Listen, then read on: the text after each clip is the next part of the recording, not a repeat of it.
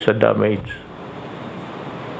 Hindi ako na sa sabihin anong gusto niyang mangyari kung saan ako, nasaan ang presidente. I am sure that you should you knew of the Asian summit going on, ASEAN, and that I was delivering the intervention, the statement of intervention for China as the China coordinator, ASEAN China. And I was also making my own statement of how the ASEAN approved documents would impact on our economy later on. Hindi ako natutulog. Ganito yan, Vice President, makinig ka, ha? Hindi kasi siguro nakinig noon eh. Remember, kayong mga Pilipino, sinabi ko sa inyo, prangkahan, sa press conference, that I am a night person. I work on the state government documents sa gabi. And being a lawyer, hindi ako kagaya ng iba pag may initial na doon sa ibang opisina dumaan, napipirma ako.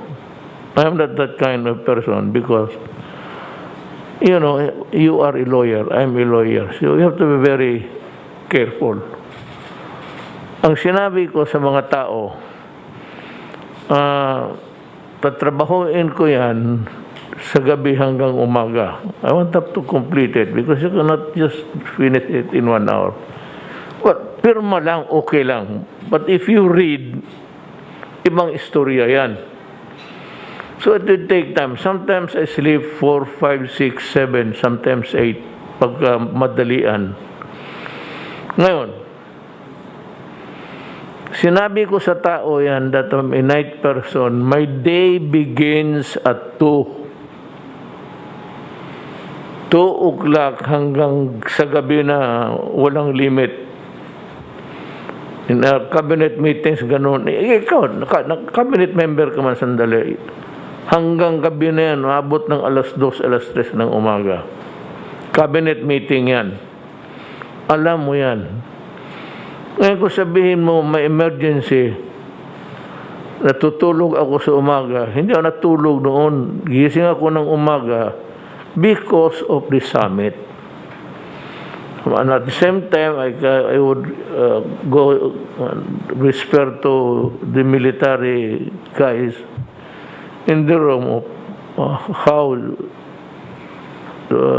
was it developing and what was the reaction of our government people there and the resources. Hindi mo na kailangan orderin yan sila. Kasi 2 days before, deployed na yan sila doon po. Sa bodega na yan ng mga gobyerno. Naka-deploy na yan. Yung mga sundalo, pati nga yung sa Davao, yung security ko kinuha, half of it, dinala dito, in anticipation dito sa typhoon. Sunod-sunod kasi. So, pag sinabi mong nasaan ako, I can ask the entire government machinery, foreign affairs. Nandito ako nagsasalita. While you were making calls to check ka, pag kunwari, alam mo yung mga military, hindi maniwala sa iyo because tama sila. You are not in the line of authority, basta gano'n. Wala kang times of emergency. Ang ako lang pati ang military. It's between me and military pagka-pulis. Yan lang sila kami mag-ano. Now, kung sa civilian, marami, kung hindi mo alam puro military na ang humawak niyan. Halad, who is sa disaster talaga for the longest time, nandoon na yan. Rolly Bautista, former general sa army, nandoon na, nakapwesto na. He was absent here because he was there. DSWD siya, alam na niya. So lahat ng kailangan doon, nandoon na yung sa mga military, pati yung mga cabinet member. There was no need for you to make a very masamang biro na where were you? Kung sabihin ko tuloy sa iyo, what time did you go home? Ikaw, nung gabi, anong oras ka umuwi? Isang bahay ka lang ba? Dalawang bahay ka? Tatanong lang ako. Kasi congressman ka. At kaninong bahay ka natagalan? Ano sabihin ko sa iyo? Huwag ka masyadong purma-purma. Hindi mo talaga panahon. Hindi mo pa panahon. Not time to be making a grandstanding coming up with it. Hindi ninyo alam na nagtatrabaho ako na timingan na ito si summit, and I cannot excuse you for not knowing it. You knew that there was a summit going on. And you had to go to say, nasaan ang presidente? Kasi alam mo, siguro bagyo, I could not make myself available. But, you know, kung yan ang paradigm mo sa pagtingin mo sa presidente, sabi mo, nasaan ka, presidente? The storm was all over Luzon. Saan mo ako gustong ilagay noon? Sa inyo, sa Bicol, sa bahay ninyo, sa Naga? O dito ako sa Parañaque? May baha rin eh. So where were you? Hindi na kailangan ako mag-order at mag-order ka pa on the day. God, you are presuming that I should be giving orders on the day of the storm. That is stupid. That is why you cannot become a president, really. Mahina ka eh. Wala ka nang ibigay ang order kasi ang order na ibigay na 2 or 3 days. You do not give orders on the day of the war. Patay ka. So, I hate to say this, but kung gano'n ka, huwag kang magtakbo ng president. Talagang mahina ka. You do not know, and then you lied. You were not honest. Isa pa yan. When you, alam mo may summit going on. ASEAN summit. And I was giving the longest speech there because I was the intervention in the plenary. Yun ang totoo dyan. Kaya ako lumipad doon sa Bicol. Inunahan mo ako pa kunwari. But do not compete with me. And do not start a quarrel with me. Kasi ikaw, wala ka talagang nagawa. Except yung mga tawag-tawag. Tawag ka kunwari, nasaan na yung mga helicopter, nalipad na ba? Of course, they would say yes. Your question would suggest the answer. Yung bang mga helicopter natin na-deploy, yung ating mga yes, yan puro. Then you make it appear na gumalaw ang armed forces. Kaya kita mo, ininsulto ka ng dalawang general. One is, I think, a Marine officer, and the other one is an army.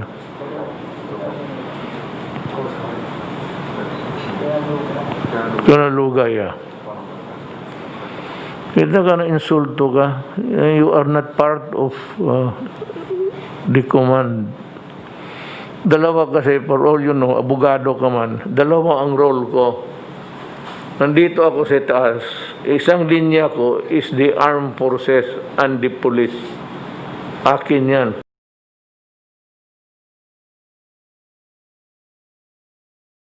Dito, through the DILG kay Secretary Anyo. Yan, ng defense is si John Lorenzana. Dito, I am the head of government. Kaya yung mga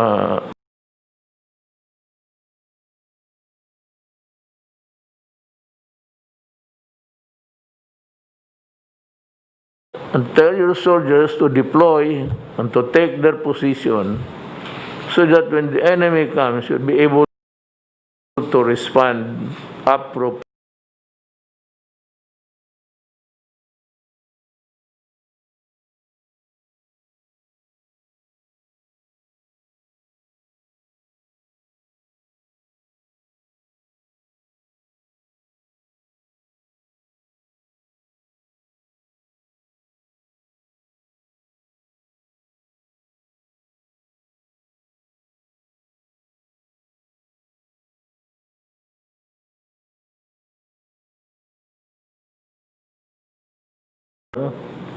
They were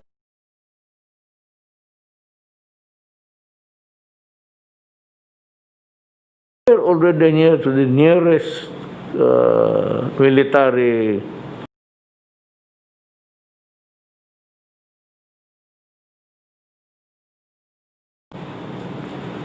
so next time do not commit the mistake or I'll be forced to insult you because you are playing too much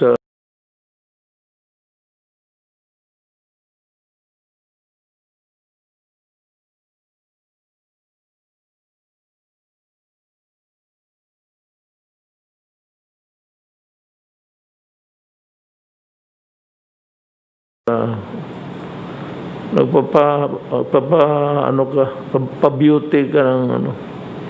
Pero pagka-incompetent mo, and you were lying. You knew that I was working. You knew that there was a ASEAN summit. Do not tell me that you do not know about these things. You are the vice president of this country. And you cannot pretend that you do not know what was happening sa gobyerno.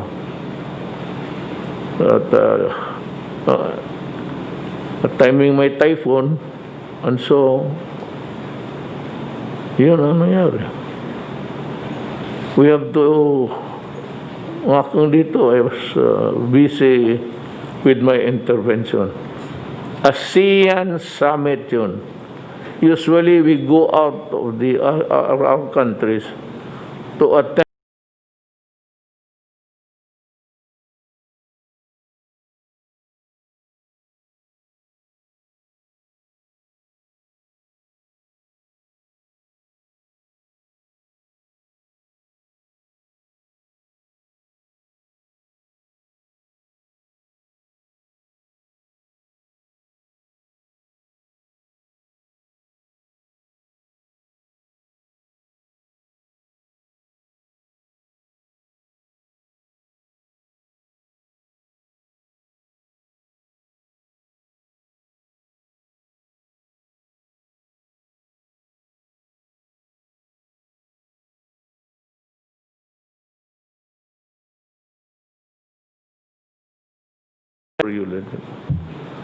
yung marbles mo sa kamay mo, huwag mo masyadong ilaro kaagad na hindi ka sigurado.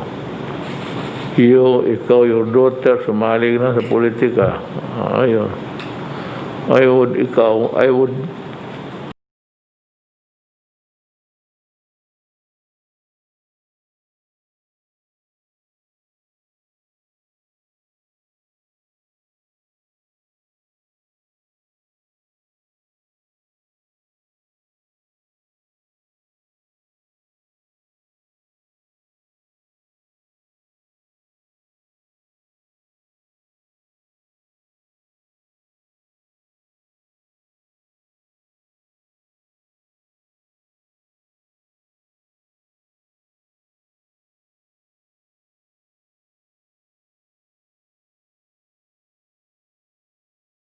if you are a commander, do not go to the front lines and have yourself shot.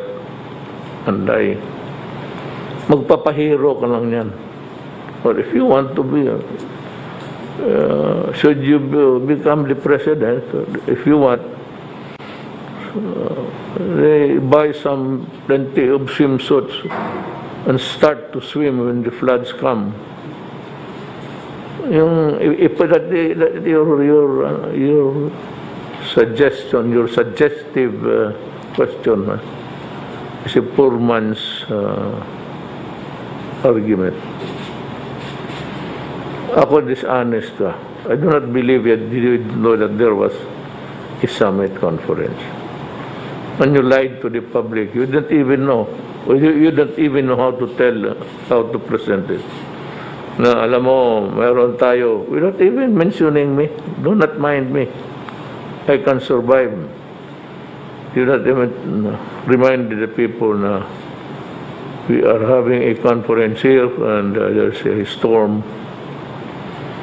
Wala, basta ikaw, kaya gusto kong malaman, ikaw gabi-gabi, malakad ka man, anong oras ka umuwi? At kaninong bahay ka tumatagal?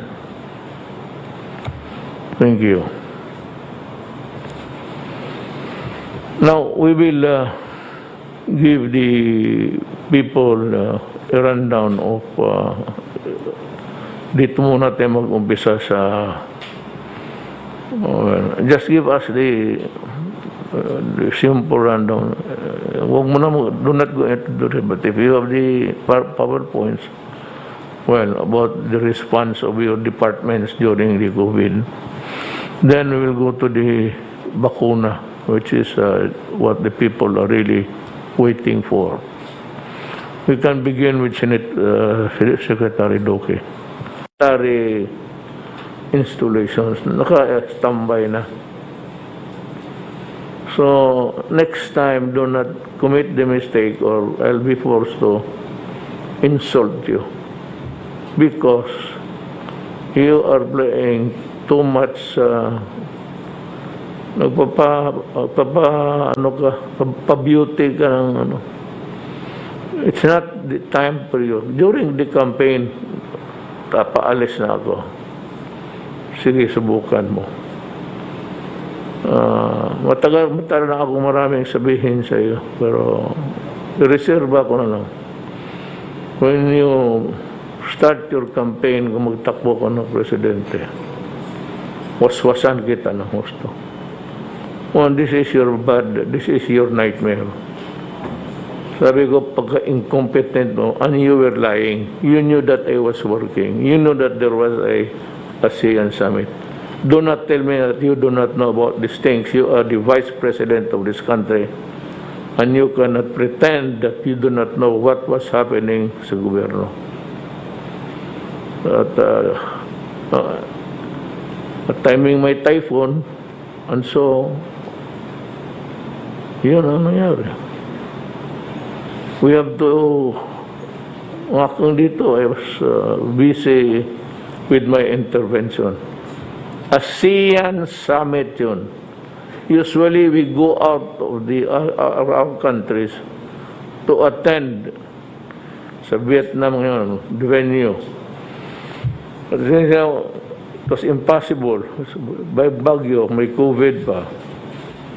We do it by teleconferencing. Itong ganito. So, next time, count your marbles first before you let it. Yung marbles mo sa kamay mo, huwag mo masyadong ilaro kaagad na hindi ka sigurado. Ikaw, your daughter, sumali na sa politika. Ayun. I would tell the Filipino people right now that you are a dishonest person. You knew that there was a summit conference. And you knew that we were working cabinet, except yung DSW nandoon na because they were deployed earlier. Kaya si General Bautista naman. Kaya sinabi ko, kaya ko kinukuha yung mga military kasi nauutusan ko. Lesson 1 for you. Do not plan and give orders on the day of the battle. You just sit where you are. If you are a commander, do not go to the front lines and have yourself shot and die.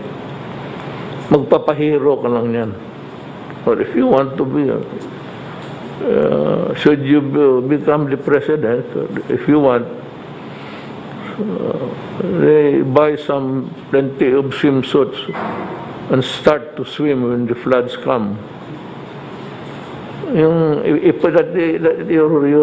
your suggestion, your suggestive question is a poor man's argument.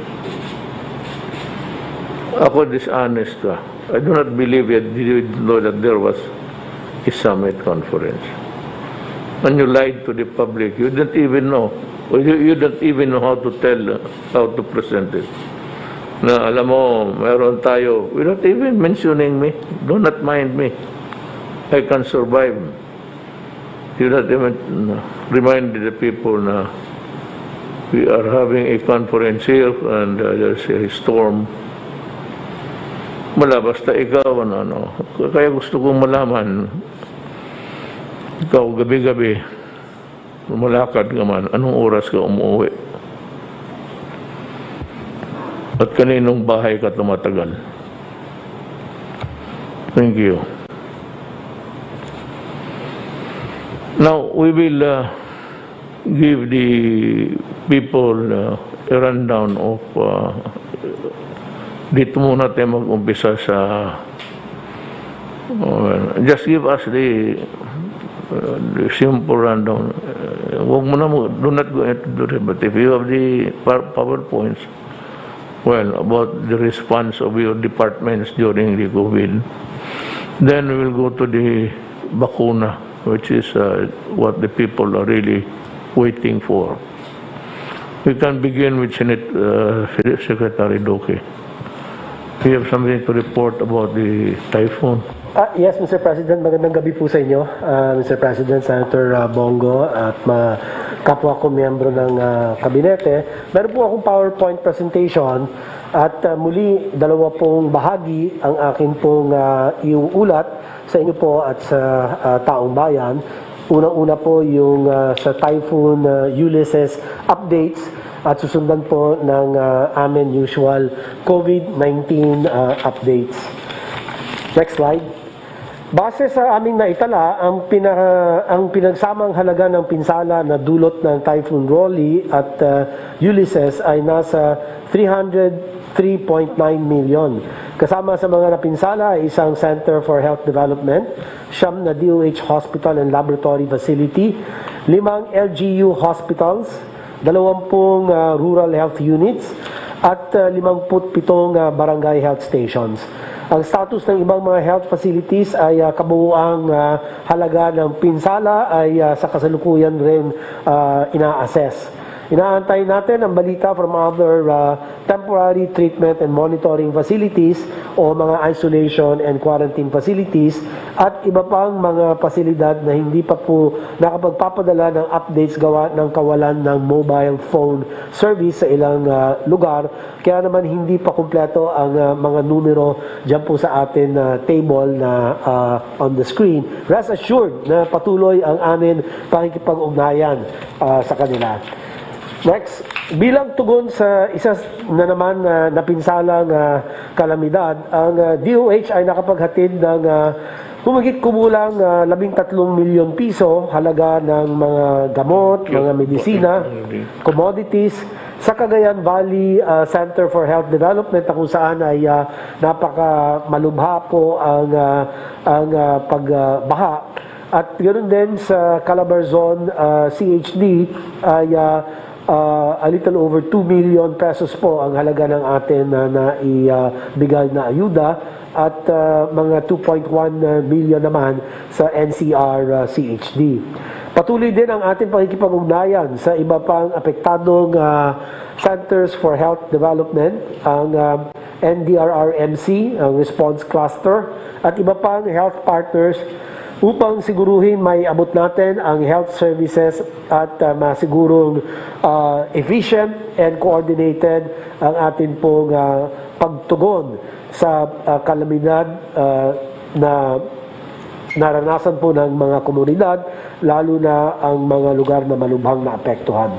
Sa paghatid natin ng mga serbisyong pangkalusugan, sinisigurado natin na nasusunod ang minimum public health standards upang masiguro na nakapaghahatid tayo ng kalidad na health services habang iniiwasan ang pagkalat ng COVID-19 in affected areas. So yan lang po patungkol sa health response to the Typhoon Ulysses na nag-overlap po with Typhoon Rolly. So patuloy po muli ang assessment. Para naman po sa update na ginagawa ng DOH para ma-facilitate ang pag-approve ng mga bakuna at iba pang mga gamot laban sa COVID-19, ang DOH through FDA kami po ay nag-propose respectfully na pag-adapt ng Emergency Use Authorization or EUA. At sa bisa ng EUA, tayo ay makakagamit ng medisina, bakuna, and other health technologies through the process of reliance and recognition. Ito po ay facilitated approval sa konteksto ng public health emergencies tulad ng atin kinaharap na pandemya na kinikilala ng World Health Organization. Ang reliance ay tumutukoy sa proseso ng pagtiwala ng ating FDA sa mga evaluations na ginawa sa ibang mga national regulatory authorities sa ibang bansa sa pagkukonsider o pagdidesisyon nito ng mga application naman dito sa ating bayan. Ang recognition naman ay ang routine na acceptance ng FDA ng regulatory decision ng ibang national regulatory authorities or ibang mga trusted institutions. Hindi po basta-basta pagbibigay ng EUA sapagkat ito po ay atin ginagamit lamang kapag number 1, may medical health emergency, number 2, may serious or life-threatening disease, number 3, mayroon patunay na ang produkto may be effective to prevent, diagnose, or treat the disease. Pang-apat po, may positive risk-benefit balance, at panghuli, at walang adequate or approved at available na kapalit or alternative. Ang FDA ay mariin na magsasagawa po ng post-marketing surveillance activities at ang EUA maaaring i-revise o i-revoke ng FDA kung kinakailangan upang maprotektahan ang kalusugan. We are respectfully requesting that you consider the issuance of an executive order for FDA to grant an emergency use authorization for the various vaccines that will enter the country and for which applications are to be filed. Para mabilis po ito, it will cut the processing time from 6 months to about 21 days, Mr. President. So it will cut the red tape, and again, that is for your consideration. So yun lang po ang aking report, Mr. President. Thank you very much for the opportunity. And I'm ready to answer questions. Salamat, Secretary Duque. Now, Del, you want to... Well, yes, Mr. President. Kunti lang po. First, yung ating mga minamanmanan natin ng mga OFWs na umuwi rito, meron ng 310,000 na nakauwi, Mr. President. At tuloy-tuloy pa rin ang uwi nila at the rate of about, I think, 1,500 a day. Yung pong ating mga nasyonal sa Sabah ay meron ulit dumating na 151. Dagdag ito sa 1,986 na dumating na nung isang buwan, total of 2,137.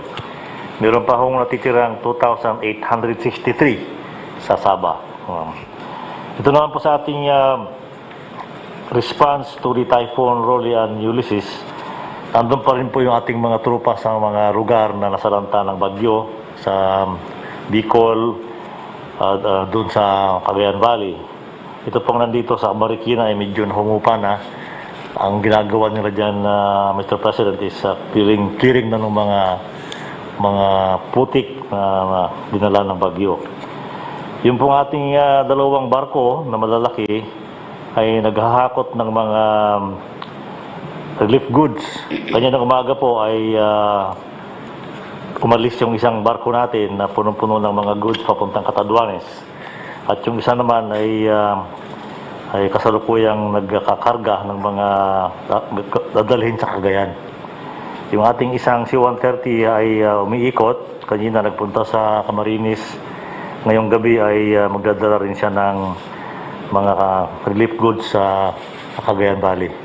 So, hindi pa po maalis yung mga tropa natin doon.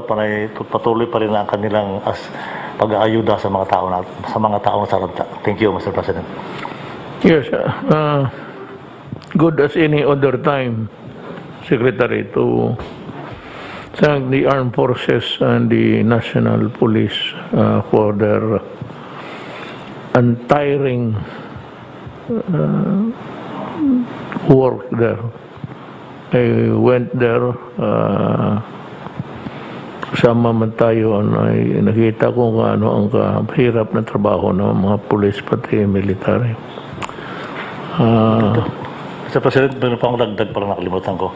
Kami po sa NDRRMC ay nagmungkahi sa Office of the President na i-declare na state of calamity itong buong island ng Luzon sa mga karatig ng mga isla. Mukhang napirmahan ko na ata. Sige. Thank you, sir. Thank you. Last night, I think, I signed the proclamation. Secretary Anya, would you want to say something? Magandang gabi po, Mr. President. Dadagdagan ko lang po yung ulat ni Secretary Lorenzana. Patuloy po yung pakipag-ugnayan natin sa mga LGUs na sasakupan ng 6 na region at 19 na probinsya. Ito po yung tinamaan ng Typhoon Ulysses. Actually, sila rin po yung tinamaan ng Typhoon Rolly. As of kahapon po ay meron pa tayong more or less mga 200,954 families sa mga evacuation centers. Total of 692,169. Ito po yung mga inulat ng ating mga LGUs. At minomonitor po natin kung nagkaroon po ng outbreak o surge. At magandang balita naman po na as of kanina po ay pina-inspect natin at wala naman pong nagaganap na surge or outbreak sa ating mga evacuation center. Maganda po rin ang pagkaka-observe ng mga minimum health standard protocols. Pero nakita po pa rin namin yung kakulangan ng ating mga evacuation centers. So, kanina po sa aming Senate plenary hearing ay mayroon pong mga magandang pangako po yung ating mga senador sa pangunguna ni Senator Lacson na makapagdagdag ng pondo para po makapagpatayo at ma-repair yung mga evacuation center na nasira nitong Typhoon Ulysses. At sa kabuuan po, ang naging casualty natin as of today po ay 73 dead and 19 missing. Kung ikukumpara po ito sa Bagyong Ondoy, maliit pa rin po ito. Ang Ondoy ay Region 3, Region 4A at saka NCR. 3 region po, pero almost 500 po yung namatay doon. Dito po, covering almost the entire Luzon, with only 73 casualties. Nakapaganda po tayo. Katulad po ng sinabi ninyo na 3 araw pa po bago dumating ang mga bagyo na yan. Nagmi-meeting na po kami sa NDRRMC. At nakadeploy na po yung mga tropa, mga ahensya. In fact po, noong November 30 ng gabi, wala po kaming tulog niyan sapagkat nung lumabas po na nakalubog ang Cagayan, ay tuloy-tuloy po yung pag-ugnayan natin kay Governor, sa IFP, sa PNP, kasi ang naging priority po natin ay mailigtas ang lahat ng stranded na sa ibabaw ng bubong. Tuloy-tuloy po yun. Hanggang sa kinabukasan, nakarating na rin ang mga dagdag na tropa ng Coast Guard, ng AFP at saka PNP at Bureau of Fire Protection. So ito po yung template na ginagawa natin at marami po tayong nasisave na buhay. So pag-iigingin pa po namin yung aming paghahanda para sigurado na ma-attain natin yung zero casualty kapag magaganap ang mga ganitong mga typhoon or disaster. Nagsisimula na rin po kami ng pag-uusap, yung sinasabi natin na kung paano i-manage yung mga dam. Ay pagpabukas ay may meeting na ang NDRRMC, ang NIA, ang DILG, at ibang ahensya, ang pag-asa, para po aralan natin mabuti kung paano i-release yung mga tubig bago at habang dumarating yung bagyo. So yun lang po, Mr. President. Thank you. As I am quite overly satisfied with the performance of the uniformed personnel of government. Now, itong Secretary Lorenzana mentioned about the repair of evacuation centers. Yan nga ang sanang tugunan ng Congress, Bong. Kasi pagka itong ganitong deluge, they tend to go to places for shelter and relief. Alam mo, it is high time that government consider really, of course, in the government units facing the Pacific Ocean, gamit na gamit ito, na we build a strong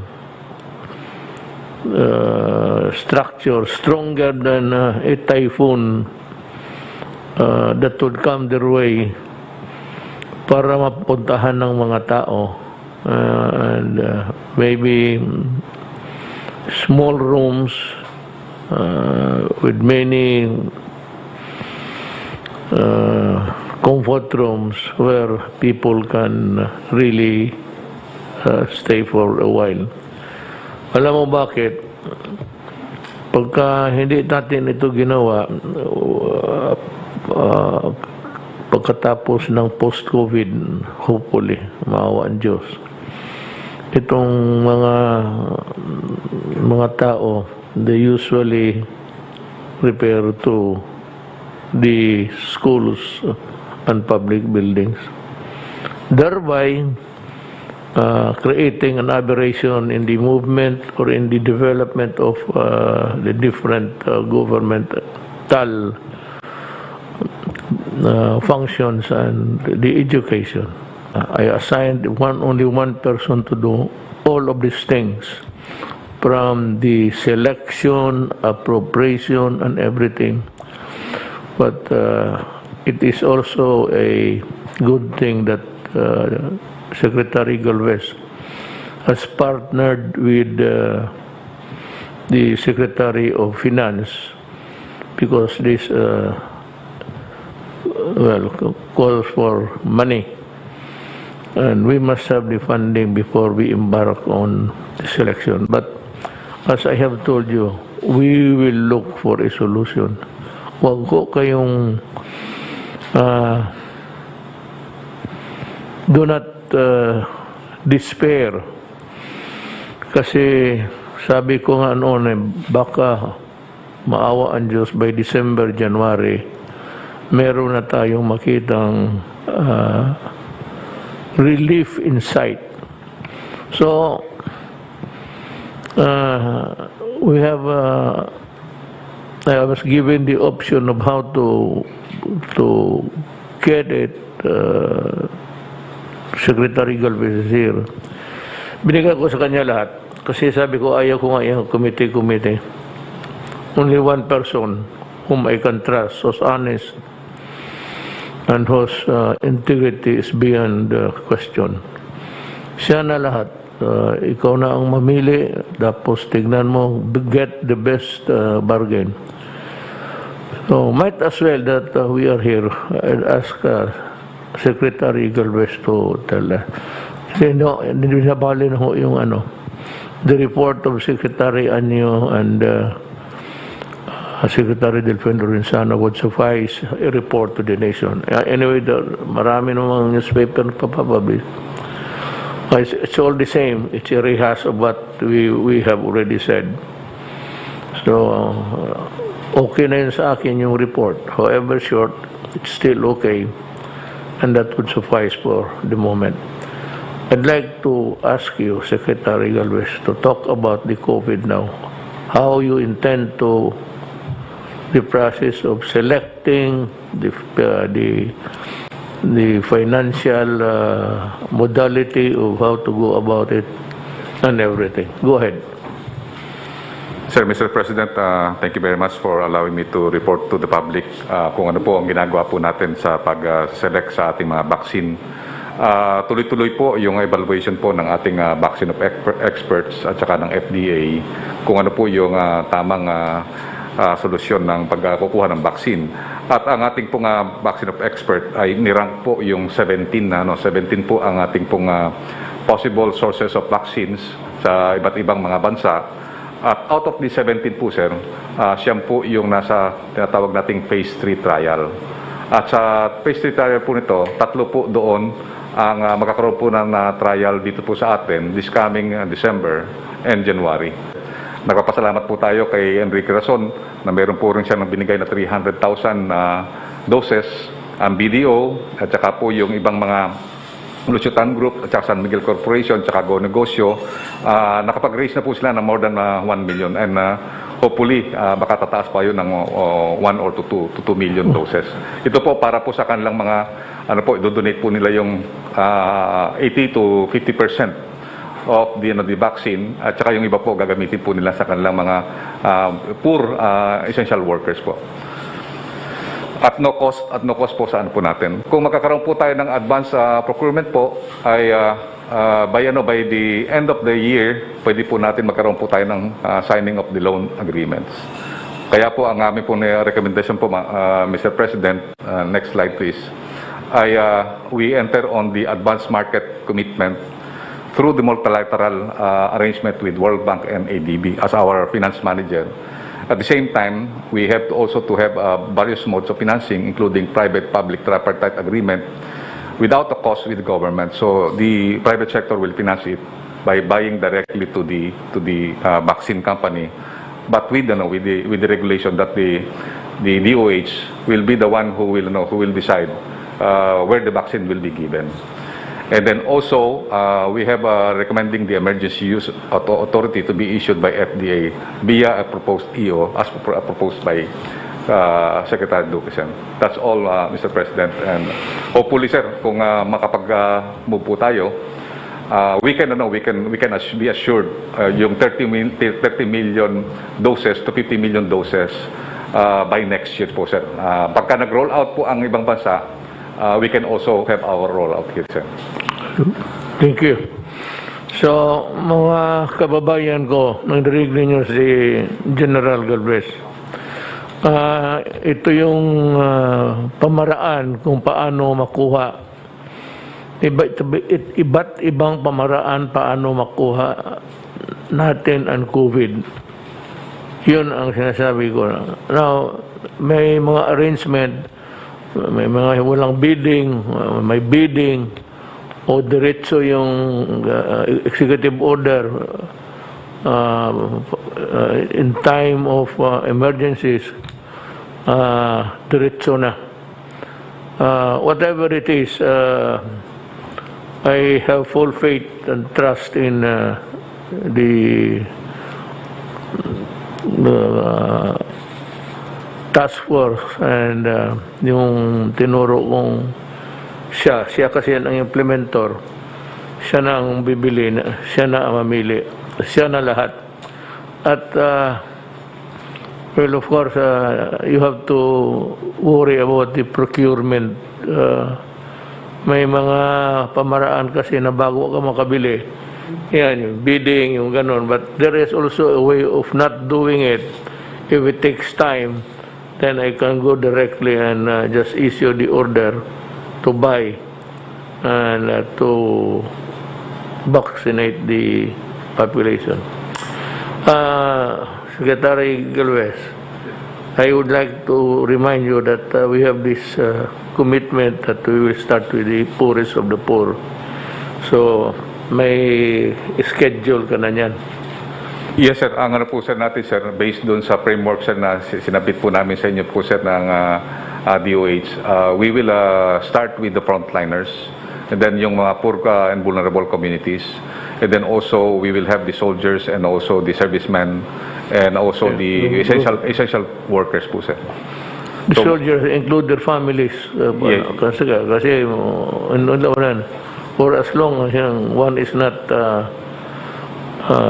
vaccinated, there is contamination in the family. So if you give it to a soldier, give it to the entire family. We will, sir. We will. Pamilya na lang yan. Tapos yung in the matter of identifying the group, kasali naman si Secretary Duque will also take part in the selection. Basta unahin natin yung mahirap. Then paakyat. Kung tayo, kung aabot pa tayo, kung hindi na tayo aabot, pasensya na lang. But ang usapan kasi, mauna yung talagang kawawa sa buhay. So they will be the first protected citizens of this country. Mukhang Secretary Roque, I'm waiting for your report. Well, sir, bumalik po tayo sa Cagayan, po tayo nag-press briefing kanina. Pinuntahan po natin yung munisipyo ng Alcala kasi yun po yung pinaka-apektado ng pagbaha. At bagamat tama po yung sinabi ni Secretary Anyo na dapat siguro magkaroon ng synchronization sa pagbukas ng Magat Dam, sinabi po nung mayor doon na naging estudyante ko po na ang talagang problema po sa kanila yung Cagayan River 400 meters wide, pero pagdating po doon sa munisipyo nila, nagkakaroon ng bottleneck dahil 118 meters na lang. So kaya po sila naging pinaka-apektado. Siyempre po umapag yung river dahil daming tubig na bumaba galing sa Ifugao, galing sa Sierra Madre, at lahat nag-converge po dun sa lugar nila. No? Parang ang comparison nga po, ang EDSA ay 6 lanes tapos magiging 2 lanes. No? So yun po yung dahilan. Kaya 25 out of 26 barangays po nila ay lumubog. So binigyan niya po ako ng kopya ng JICA study. Meron na pala akong JICA study noong 1987 pa na nagre-recommend na lawakan yung narrow port ng Cagayan River at ipararating ko po ito kay Secretary Villar bukas. We would like to help, pero let us understand the problem from the tamang perspective. Actually, the culprit there was the rainfall. How many inches, I really do not know. I have not checked. But sobra-sobra yung tubig. Whether there are logging or mining there, talagang bubuhos yung tubig. Yung kagaya ng sa Cagayan and other places, it was an extraordinary volume of water pouring down from the heaven. Now, itong mga casualties, ito yung nagbubutas kasi yan sila. You know, pag ang bukid, butasan mo, dito marami kayong nagbubutas, small mining, in search for the gold, in pursuit of the gold. Marami kayong butas. Yung tubig, papasok doon sa butas ninyo. Then, it stays there. And kung marami, it loosens, maluluwang yung lupa. Kaya maglalambot, babagsak. And the problem is, itong mga miners, they have their settlements or their houses or whatever dito sa baba, just like what happened in Davao. Kung dito kayo sa baba, in Davao, several times, they refuse to learn. Doon pa rin sila. I do not know why, but there must be a reason for that. Doon sila. Pag bagsak ng ulan, puno yung mga butas, loosens the lupa. Pag landslide, doon sila sa baba, madadali.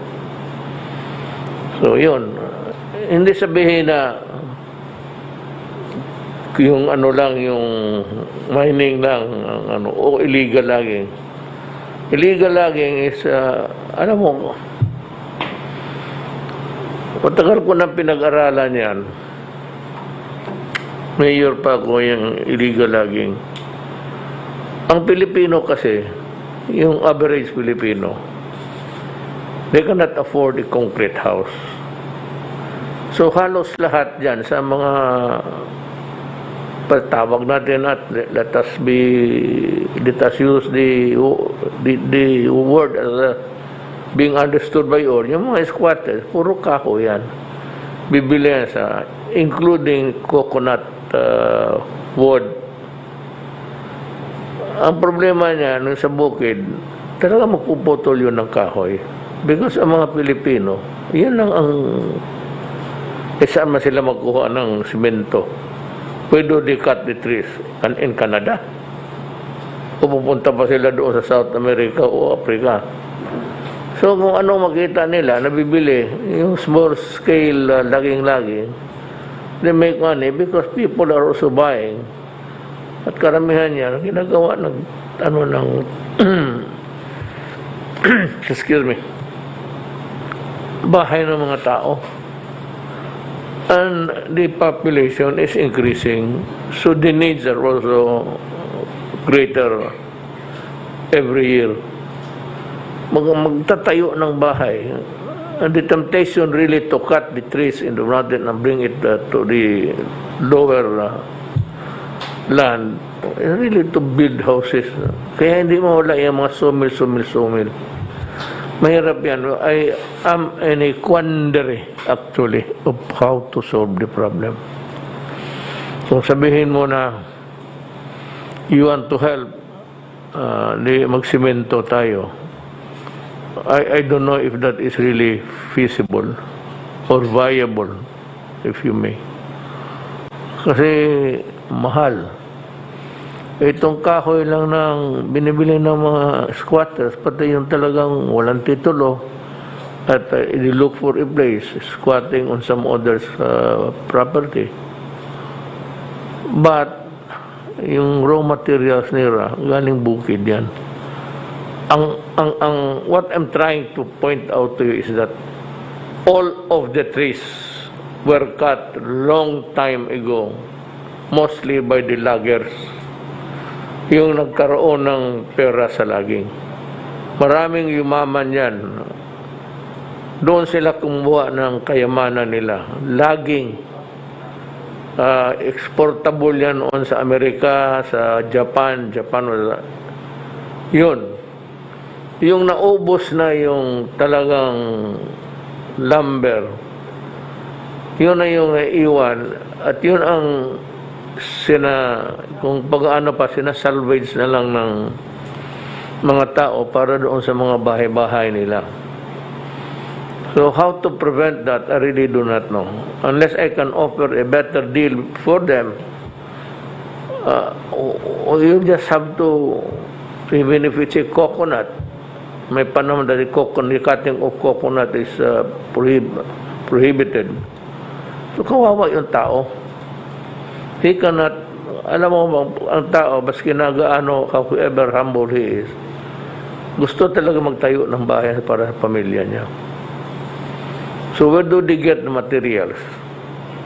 They get the materials from the remaining, tatawag yan, log over. Yung dinaanan na ng logging, at noon yung hindi pinutol kasi maliit pa, medyo ngayon malakas na, and they would try to, mahalaga na sa kanila yan. Yan ang, it's all over the Philippines, gano'n ang sitwasyon. So, ang pag-control na lang is really how to build, or the dams are also not a good alternative kasi at one time you will have to release the water, or otherwise a greater damage will be created. Kung mag-collapse ang dam, hindi mo ano, hindi lang, butan, dahan-dahan lang. Kung ang dam ang mag-collapse, yung water there's a waterway created upstairs, babagsak yan doon sa mga tao. So that's my thoughts on the matter. Really. But despite of its fury, we were able to manage. Hindi naman, I know that it leaves a bad taste in the mouth to say that minimal ang namatay. Pero hindi kagaya ng Undoy. Ngayon, medyo and because we have a better, marami na kasi tayong, we have been buying ang Coast Guard, sige bilhin ng itong mga rubber boats. And they were the ones that were deployed. Sabi nga ni siya yung sa disaster, siya yung chairman. He ordered the deployment of the equipments to save lives 2 days before. Kaya ipahawak ko sa military. Hindi na ako because General Lorenzana knows his business. Pag ngayon na may typhoon coming in, he is already busy giving orders left and right. So ako, hindi na ako kailangan except to place my imprimatur na okay, sige, yan ang gawin natin. And that's about a few words. Kung anong order during the kasagsagan, you do not prepare when the typhoon is already there. The typhoon simply was just too furious for everybody. So kung sabihin mo nasaan si Duterte, well, Lenny Robredo knew, I'm sure that there was a summit meeting. For her not to know it, it's a sin for a vice president to be ignorant about what's happening in government. And the only thing that you can say just to reach the media is saan si Duterte. When he knew that I was busy giving my statement of intervention, I delivered about 2 speeches. One for my being the coordinator. Ang Philippines is the coordinator of ASEAN China. And one pa yung para sa ating bayan. Statement for the country. He knew it, I'm sure. Vice President, she cannot pretend ignorance about that. That's why I said she is lying. She was a liar. At gusto ninyong palabas na tutulog. Kung ordinary times, walang emergency, walang typhoon, I told you right in the beginning of my term, I am a night person.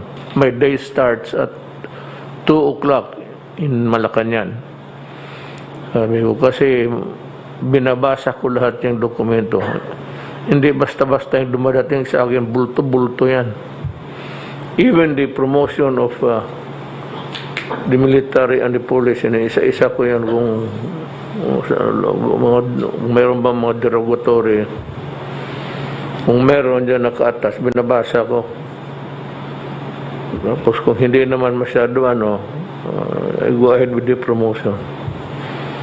I promote them in spite of itong mga basta hindi lang mabigat na kasalanan. Ng insubordination, gano'n. Let their commanders do how to impose discipline. So yan ang nangyari sa noong bagyo. Nandito po ako, dito, I was delivering the statement for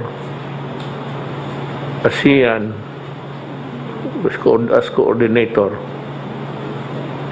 Philippines is the coordinator. Then as a statement sa ating bayan. Nung kasagsagan ng hinihintay ko lang, but I told sila na pag lumampas yung bagyo, mag-take off ko. That was it. Nung sabihin mo maglangoy ako doon, alam mo kasi, kami lahat, we are workers of government. Trabahante kami. Alam namin ang trabaho, kaya ang pinasukan na Secretary Duque knows his business, General Galvez, he managed the war in Marawi together with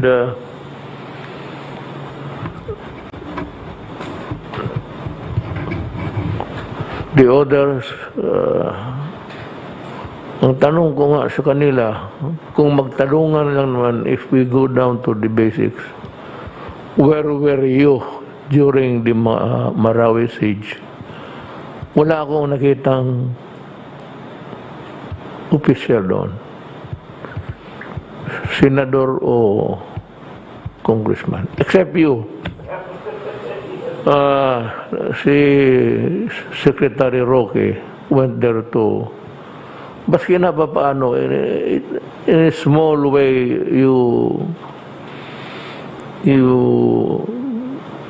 identify yourself in solidarity with the people. Yun, yung bagong gira yun. How many times did they go there? 10 times.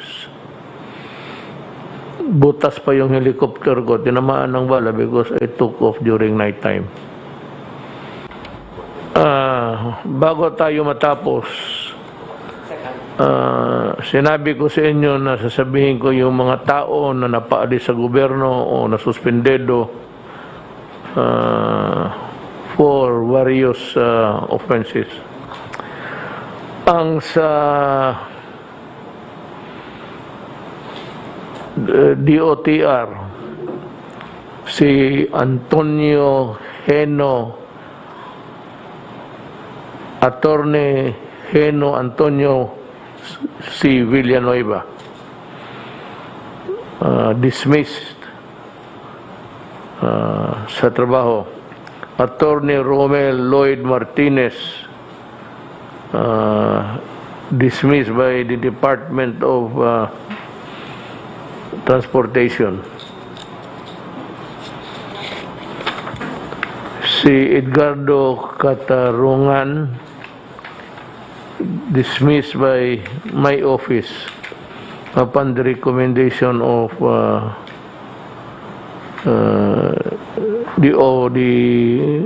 yung LTO. Si Romeo Buhay, suspendido lang ito ng 1 year.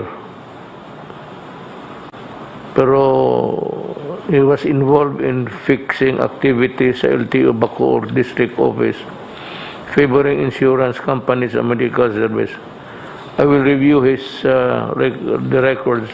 I think he should be dismissed. Sa Bacoor ito.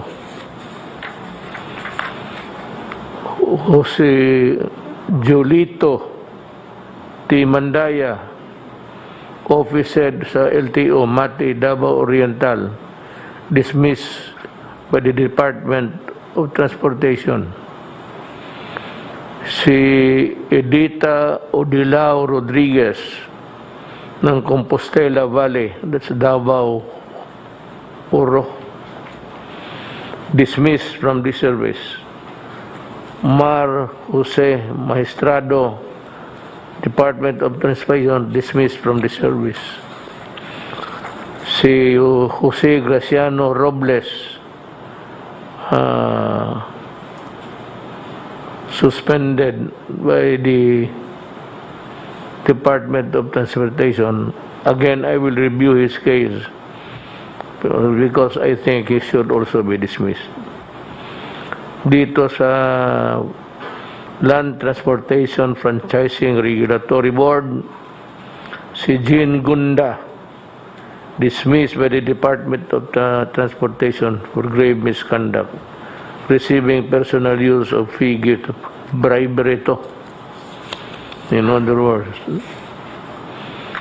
itong si Melanie Diaz, suspended for allegedly receiving 200,000 in exchange for a franchise This is bribery. I am changing the penalty from suspension to dismissal. Manaro Tilabor, dismissed by the Department of Transportation. Attorney Samuel Hardin,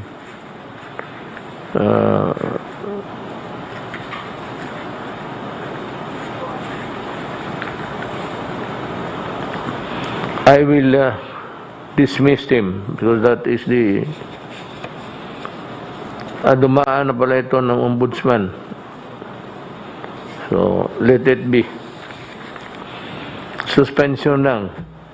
Edmundo Cabral, dismissed Department of Transportation. Gerardo Del Rio, LTFRB, dismissed from the department. Colonel Vladimir Custer S. Kahulugan, Regional Director, LFTRB Region 5. Bribery. Andres Tabunda, falsification, making it appear that persons have participated in an act or proceeding when in fact did not so participate. From the Philippine Aerospace Development Corporation, which used to be under D2, the NCA is transferred to the DND. Commodore Gilbert Riuras,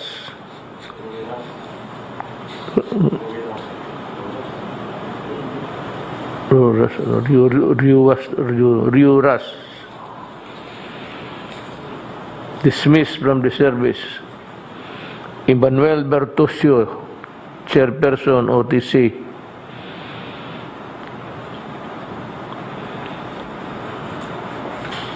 Illegal exaction, hihingi, bribery.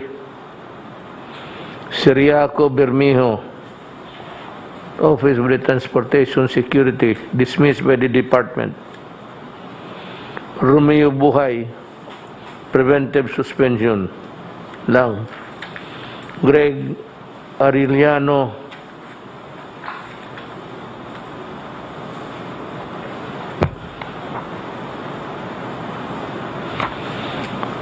bakit ganito lang? The charges, they were involved in a massive and illegal conversion of Chinese driver's license. They allegedly processed and converted Chinese driver's license to Philippine driver's license based on spurious documents. They should be dismissed also. His job order personnel, Erwin Susmisero. Francisco Ranches, Assistant Regional Director, LTO Region 4A. Illegal conversion of licenses of the Chinese,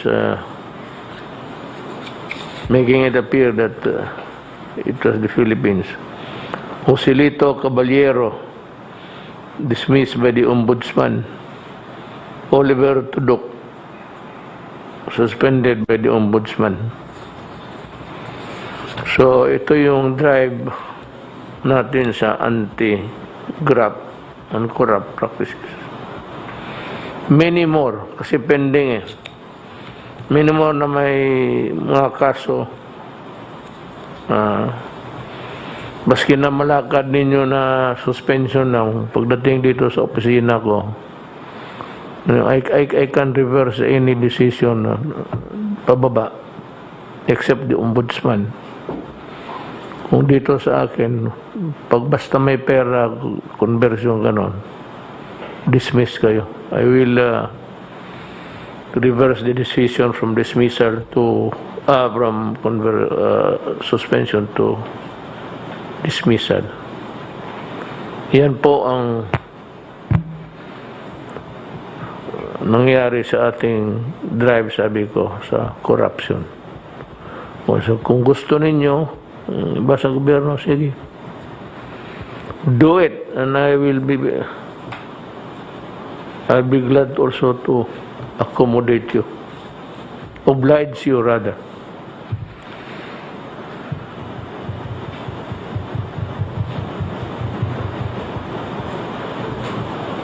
I-connect mo yun doon sa ano, bago matapos.